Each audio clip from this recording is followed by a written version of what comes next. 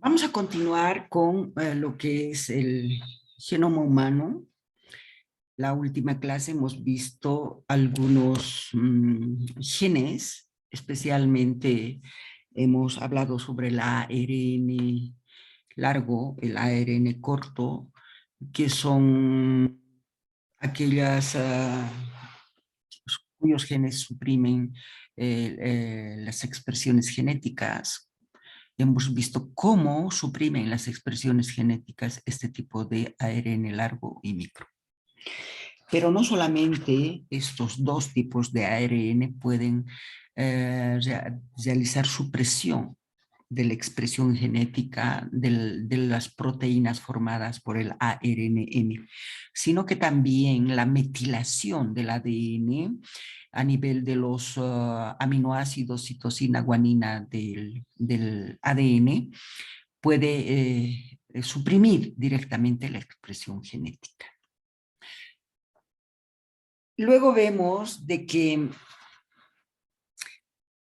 puede haber una reducción de la producción del ARNM que se convierte en proteína. Puede reducirse la producción de proteínas cuando hay una mutación de los genes del ADN, especialmente cuando hay una mutación del ARNM. No solamente la mutación del ARNM nos va a llevar a una reducción de la producción de proteínas, sino que también la mutación de estos genes del ADN nos puede llevar a la síntesis de proteínas anómalas. El ADN mitocondrial, la mitocondria tiene su propio ADN. Por eso es que hablamos del ADN mitocondrial. Porque tiene su propio ADN, las mitocondrias forman sus propias proteínas que se llaman proteínas oxidativas. Estas proteínas oxidativas están implicadas en el metabolismo de la fosforilación oxidativa. Ustedes saben muy bien que gracias a la fosforilación oxidativa, que es una de las funciones de la mitocondria, se generan moléculas de alta energía, como es el ATP. Gracias a la presencia de esta molécula de alta energía, la célula va a poder realizar todas sus actividades metabólicas de anabolismo, de catabolismo, etcétera, etcétera.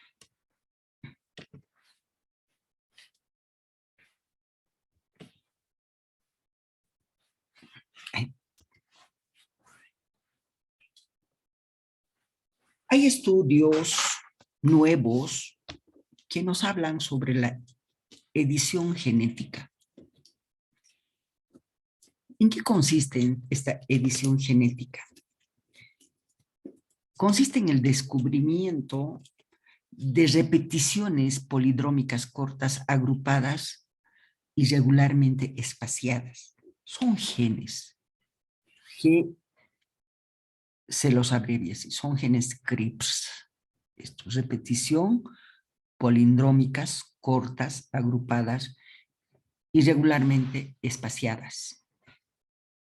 Y también hay genes que están asociadas a este CRISPR, que son los genes de la Cas9 nucleasa. Es una proteína que actúa como enzima. Estos elementos genéticos están muy relacionados, tanto de la CRISPR y la Cas9 nucleasa. ¿Qué hacen estos genes que están muy relacionados? Dotan a las células procariotas de una inmunidad adquirida frente a los fagos y a los plasmodios. ¿Qué pasa con las bacterias? Usan este sistema para identificar muestras de ADN de los genes infecciosos e integrar porciones de estos genes en sus genomas en forma de CRISPR.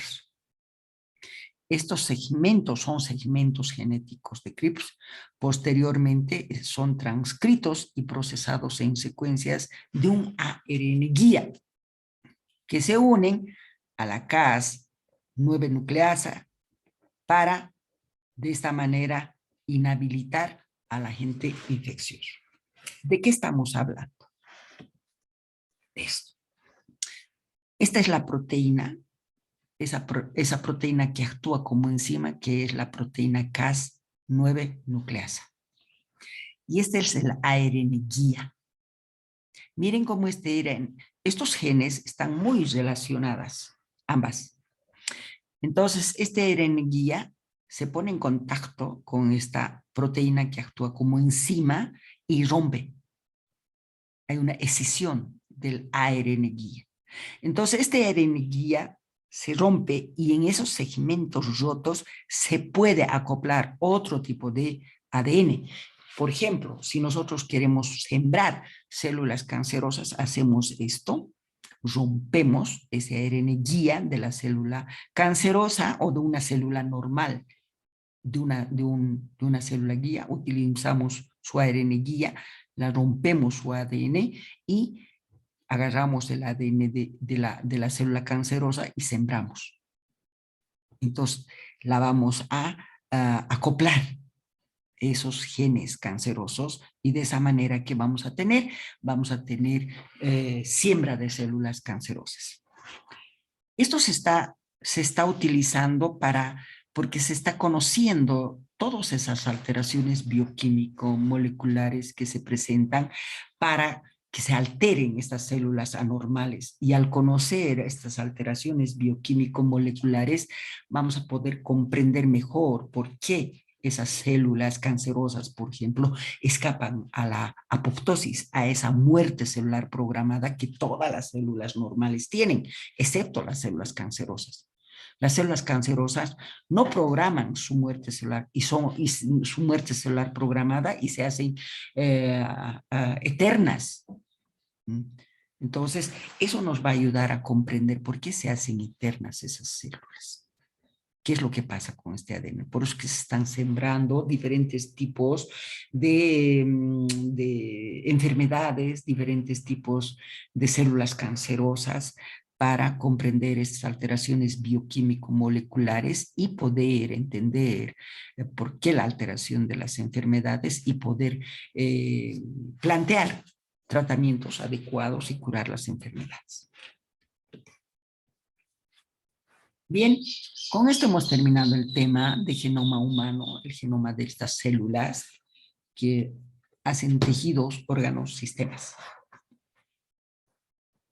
O sea que hemos hablado todo el componente del genoma humano, el núcleo. Ahora nos vamos a pasar a hablar sobre el mantenimiento, sobre el componente citoplasmático, pero antes de hablar sobre el componente citoplasmático, el componente metabólico de la célula, tendremos que entender cómo se mantienen las células. Las células se tienen que mantener en homeostasia gracias a que tienen estructura y función determinada de varios componentes. Entonces, cuando hablamos de una célula madura normal, estamos hablando de esa célula que tiene estructura y función determinada. Tiene una forma determinada para realizar una función determinada y esa función tiene que estar acorde con las necesidades internas y externas de la célula. Cuando está acorde con las necesidades internas y externas de la célula, entonces estamos hablando de una célula madura normal en homeostasia. Entonces, la homeostasia o la normalidad de la célula depende del conjunto sincronizado de las funciones y de la estructura de todos los componentes celulares, de su núcleo, de su componente metabólico, que quiere decir citoplasma. En el citoplasma vamos a tener que hablar de organitos intracitoplasmáticos membranosos, no membranosos, que tienen estructura, que tienen función, y estas funciones van sincrónicas unas a otras, se interactúan, se interrelacionan, y eso hace de que la célula esté en homeostasia. ¿Cuáles son las funciones que realizan las células maduras? Lo que nosotros tenemos que entender es que una célula madura tiene una forma determinada para realizar una función determinada. Por ejemplo, tenemos las células caliciformes. Las células caliciformes tienen la forma de un cáliz, tiene una base angosta y tiene una porción apical más ancha. ¿Por qué? Porque son productoras de moco y empiezan a almacenar las sustancias mucoides por encima del núcleo. ¿Por qué? Porque esta sustancia mucoide tiene que ser eliminada hacia la parte externa. Entonces, miren cómo la forma hace la función. Por eso es que decimos que las células maduras, muchas células van a proteger como las células epiteliales. Las células epiteliales que se encuentran en la parte externa del organismo, podemos ver la piel, nos protege de todas las agresiones que se encuentran en el medio externo. Y las células epiteliales que se encuentran en las partes secas del organismo, que son las mucosas, también protege al organismo. Obtención de nutrientes. Por ejemplo, tenemos muchas células epiteliales que tienen microvellosidades para absorber, para obtener nutrientes en el tubo digestivo. Para comunicaciones, las neuronas sirven para los axones.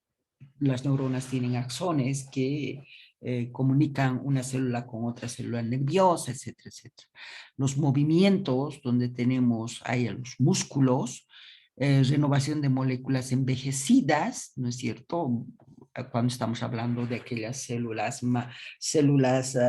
madres tisulares, que sirven para la renovación de las células envejecidas o la renovación de moléculas envejecidas cuando estamos hablando, por ejemplo, proteínas que se han desgastado y tienen que ser sintetizadas en el retículo endoplásmico rugoso, en los ribosomas.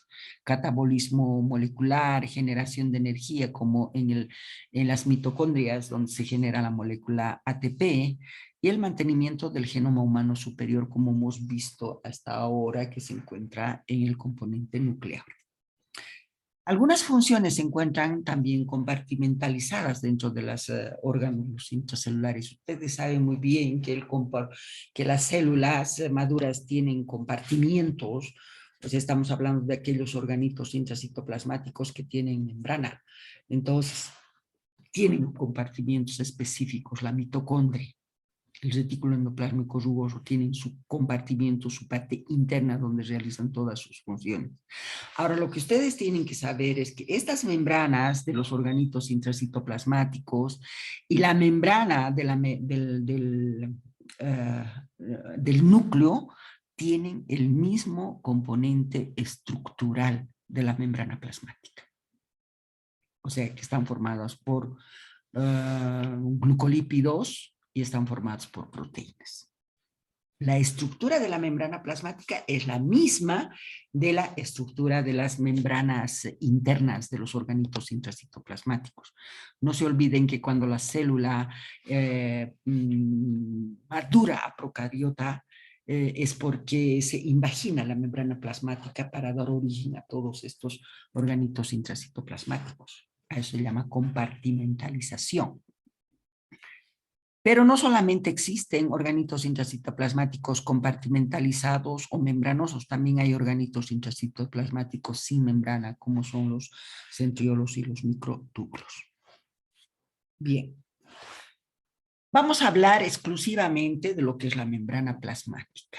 Tenemos que ver su estructura y sus funciones de la membrana plasmática. Cuando hablamos de la membrana plasmática, la estructura de la membrana plasmática está dada por glucolípidos, por lípidos y proteínas. Los lípidos convertidos en glucolípidos, la mayoría, y por proteínas. Tiene una cara interna, tiene una cara externa, y los lípidos, diferentes tipos de lípidos van a encontrar en la cara externa, otros en la cara interna, algunos lípidos van a estar en la cara interna y en la cara externa. ¿Cuáles son esos glucolípidos que se encuentran en la cara externa? O los fosfolípidos que se encuentran en la cara externa. Ahí tenemos los glucolípidos. Estos glucolípidos se encuentran en la cara externa.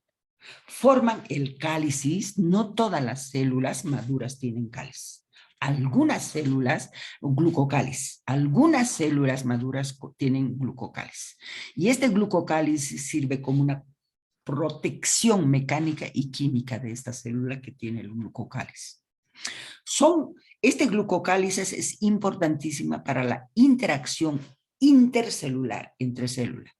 Es importante para el reclutamiento de las células inflamatorias cuando se está realizando el proceso inflamatorio. En este proceso inflamatorio se reclutan los leucocitos, las células leucocitarias. Entonces el glucocálice tiene mucho que ver en el reclutamiento de las células inflamatorias de los leucocitos. Y también es importante en la interacción entre el espermatozoide y el óvulo. Los glucolípidos son importantes para la interacción entre el espermatozoide y el óvulo. Si no hay glucolípidos, estos no podrían interactuar. Otros lípidos o fosfolípidos que tenemos en la cara externa es la fosfatidilcolina y la fosfatidilinositol.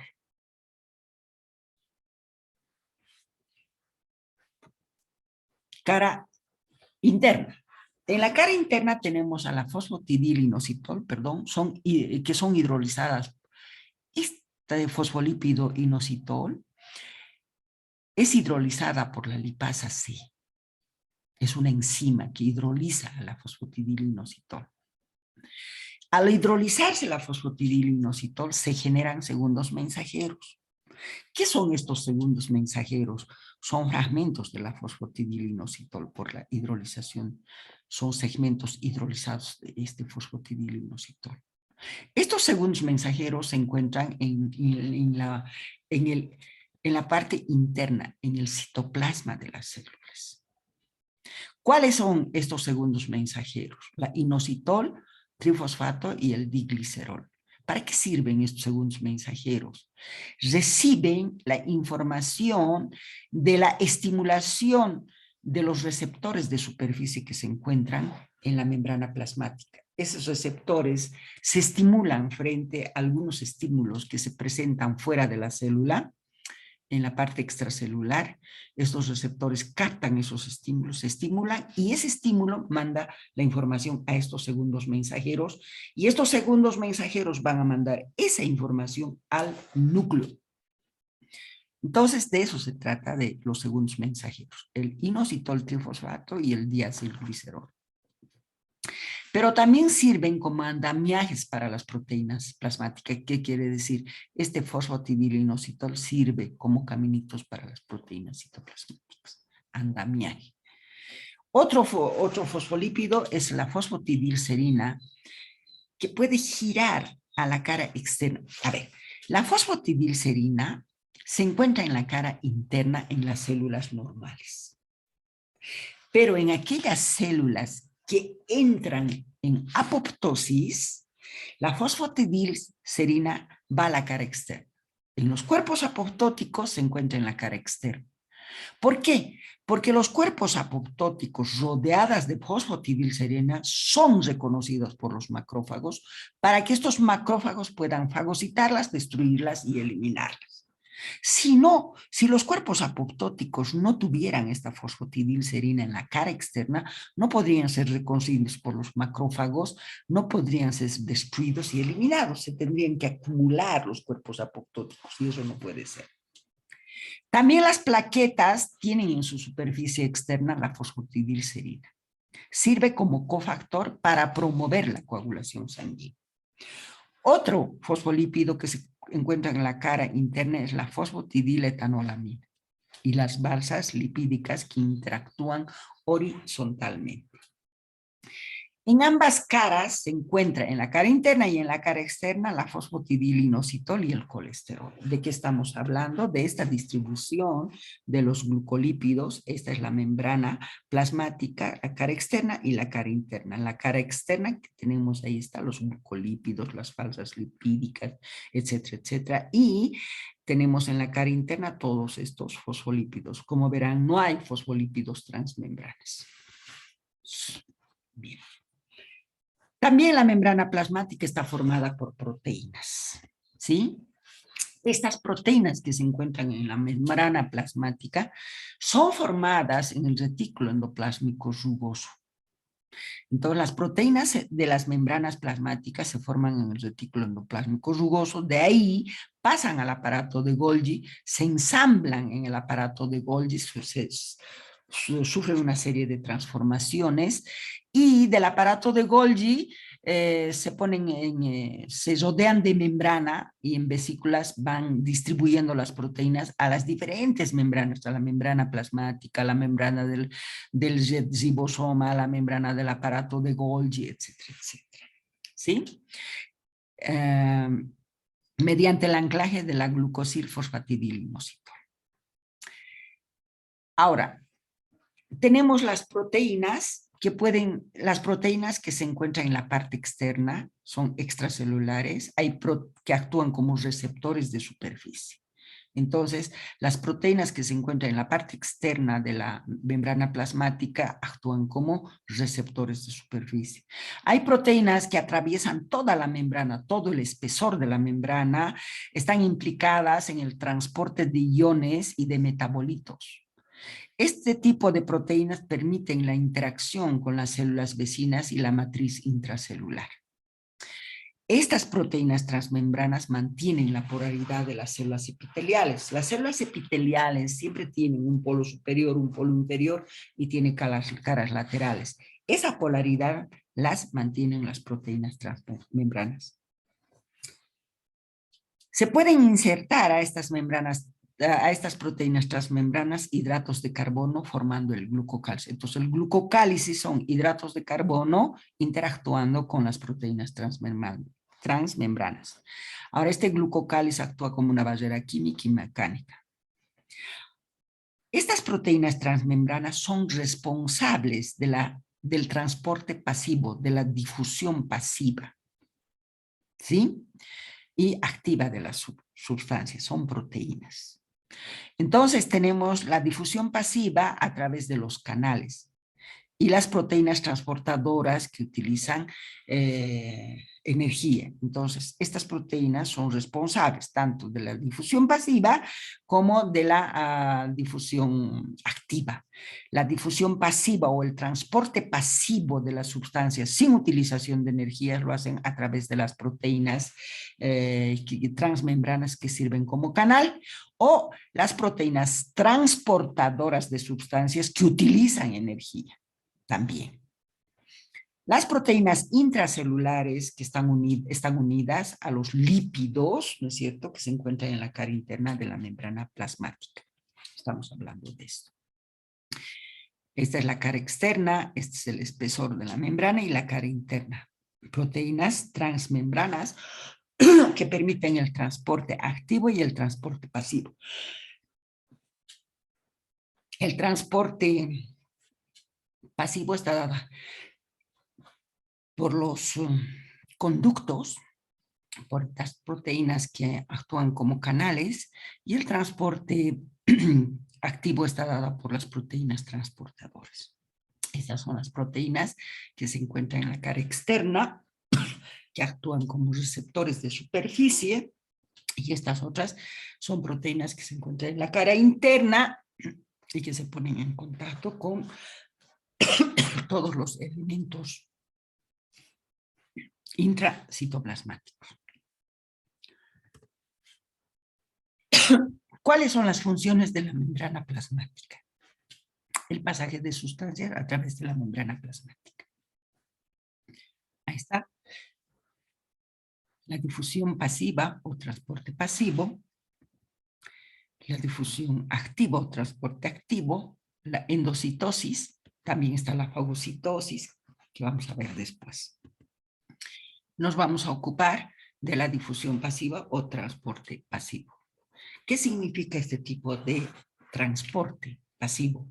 Es un transporte a través de los canales transmembranas, de esas proteínas transmembranas que actúan como canales, ¿no es cierto? Entonces, las pequeñas sustancias atraviesan el espesor de la membrana sin utilización de energía. Es una simple difusión de sustancias de pequeñas dimensiones, de una de mayor concentración a una de menor concentración. Eso está mal. de una de mayor concentración a una de menor concentración. Ese es el transporte pasivo. Lleva sustancias de una de mayor concentración a una de menor concentración sin utilización de energía y a través de los conductos de esas proteínas transmembranas que sirven como conductos.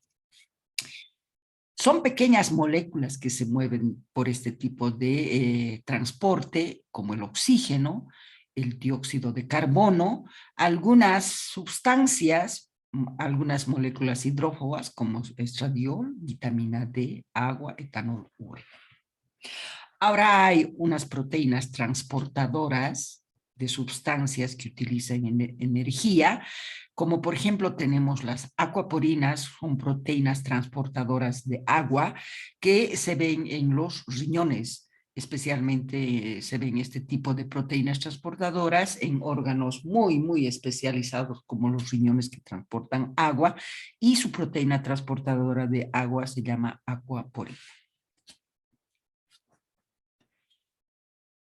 Difusión activa o transporte pasivo. Este tipo de transporte se caracteriza porque utiliza energía, hay gasto de energía de ATP y mueve las moléculas de una de mayor concentración a una de menor concentración. Perdón, de una de mayor concentración a una de menor concentración. El transporte activa. De mayor concentración a menor concentración. Ese es el movimiento del transporte activo. Pero también utiliza moléculas transportadoras. Estas moléculas transportadoras, ¿no es cierto? Podemos tener como ejemplo la bomba de sodio, potasio, calcio. Esta es la que utiliza energía, ATP, es transporte activo de la membrana plasmática, que hace normalmente el transporte activo a través del transporte de sodio, de la bomba de sodio, potasio, calcio. Normalmente saca sodio de la célula y mete potasio. Eso es el transporte activo a través de la bomba de sodio y potasio para que la célula esté en homeostasis. Pero también se utilizan algunas moléculas transportadoras como la proteína de resistencia a múltiples fármacos. Estas moléculas, estas proteínas de resistencia a múltiples fármacos, ¿qué hacen? Especialmente se utiliza para aquellas, cuando se está haciendo un tratamiento con quimioterápicos. Estas moléculas entran a la célula y sacan a los quimioterápicos, esas sustancias, esos medicamentos que se están haciendo con quimioterapia, sacan a los fármacos quimioterápicos. Entonces, esa célula cancerosa se va a convertir en resistente al tratamiento. ¿Por qué? Porque cuando se da a fármacos quimioterápicos, estas sustancias entran dentro de la célula cancerosa y la destruye a la célula cancerosa. Pero si hay esta proteína de resistencia a los múltiples fármacos, esta proteína transportadora saca estos quimioterápicos y la célula no muere y se vuelven resistentes al tratamiento. Otra de las funciones de la membrana celular es la endocitosis. ¿Qué es la endocitosis?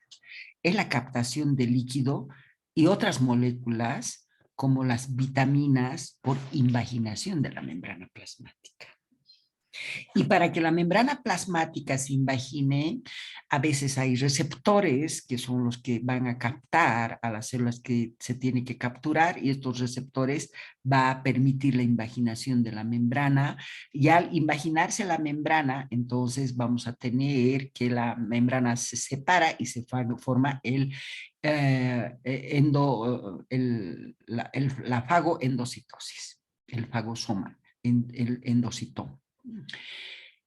O también puede ser de que existan algunas proteínas que son algunas proteínas como las clatrinas, ¿no es cierto?, que se estimulan frente a algunas sustancias, a líquidos, y estas caveolinas se estimulan y invaginan a la membrana celular, a la membrana plasmática para formar después el endocitoma.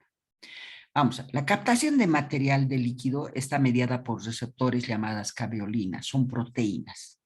La pinocitosis del líquido extracelular se realiza en las fositas o vesículas revestidas por clatrina, es una proteína, y utiliza receptores esta clatrina. La clatrina es una proteína que cuando termina de desprenderse de la membrana se puede volver a reutilizar y la vesícula resultante se desprende de la membrana plasmática formando el endosoma inicial inmaduro. ¿Por qué se dice endosoma inicial inmaduro? Porque su pH no es ácida. Tiene que madurar haciendo de que su pH sea ácido para unirse al lisosoma que tiene enzimas hidrolíticas ácidas. Los receptores que se utilizan también son reciclados. ¿De qué estamos hablando? Estamos hablando de esto. La endocitosis. Para sustancias líquidas, para la pinocitosis o para sustancias pequeñas, ahí tenemos mediante las caveolinas, ahí están las caveolinas que son proteínas que se encuentran en segmentos de la membrana plasmática. Estas caveolinas se van a estimular frente a ciertas sustancias, o sea, al estimularse van a invaginar la membrana plasmática y cuando invaginan la membrana plasmática, esa invaginación se desprende, se cierra completamente enclaustrando a la sustancia que está metiendo dentro de la célula y se forma el endosoma inicial. Esta endosoma inicial no tiene un pH ácido, puede ser neutro, ¿sí? O un poco básico. Otro ejemplo de endocitosis es cuando utiliza receptores de superficie y cuando utiliza la proteína, la clatrina. Miren, esta clatrina se encuentra en ciertos segmentos de la membrana.